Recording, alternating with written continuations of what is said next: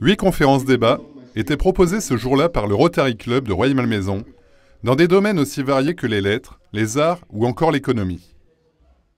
Ces élèves avaient choisi d'assister à celle concernant les métiers de l'ingénieur et du technicien. Ça permet de découvrir toutes les formations possibles, concernant par exemple les IUT, les facs ou alors les écoles, les prépas.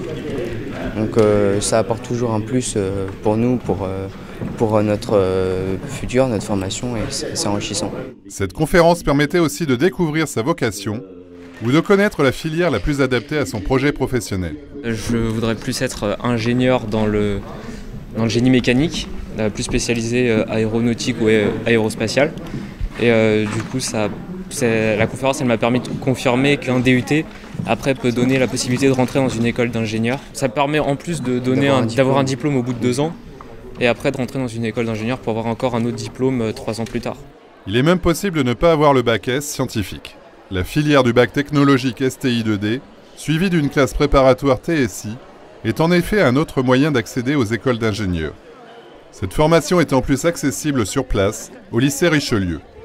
Ce nouveau bac STI 2D, centré sur la conception technologique dans le respect du développement durable, a plusieurs spécialités. L'éco-conception, on peut l'avoir au niveau d'une des spécialités, qui est la spécialité e-tech, où on va étudier le cycle de vie d'un produit avec les différents matériaux que l'on va employer et l'impact qu'ils vont avoir. C'est aussi sur la partie énergie et environnement, qui est une autre spécialité, où là, on va s'inquiéter de créer des produits qui soient les moins énergivores. Et il est possible de continuer dans cette filière avec la prépa TSI, technologie et sciences industrielles, également dispensée dans l'établissement rueillois. Cette filière, c'est totalement une prépa à part entière, une classe préparatoire à part entière. Elle permet, comme toutes les autres filières préparatoires, de préparer des concours aux plus grandes écoles.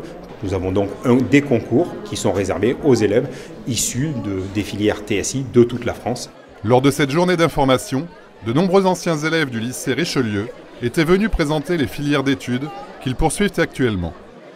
Parmi eux, certains étudiants en uniforme faisaient découvrir l'École nationale supérieure d'arts et métiers. Ces futurs ingénieurs sont d'ailleurs des anciens de la prépa TSI. Moi, à la base, j'étais pas parti pour faire une école d'ingénieur.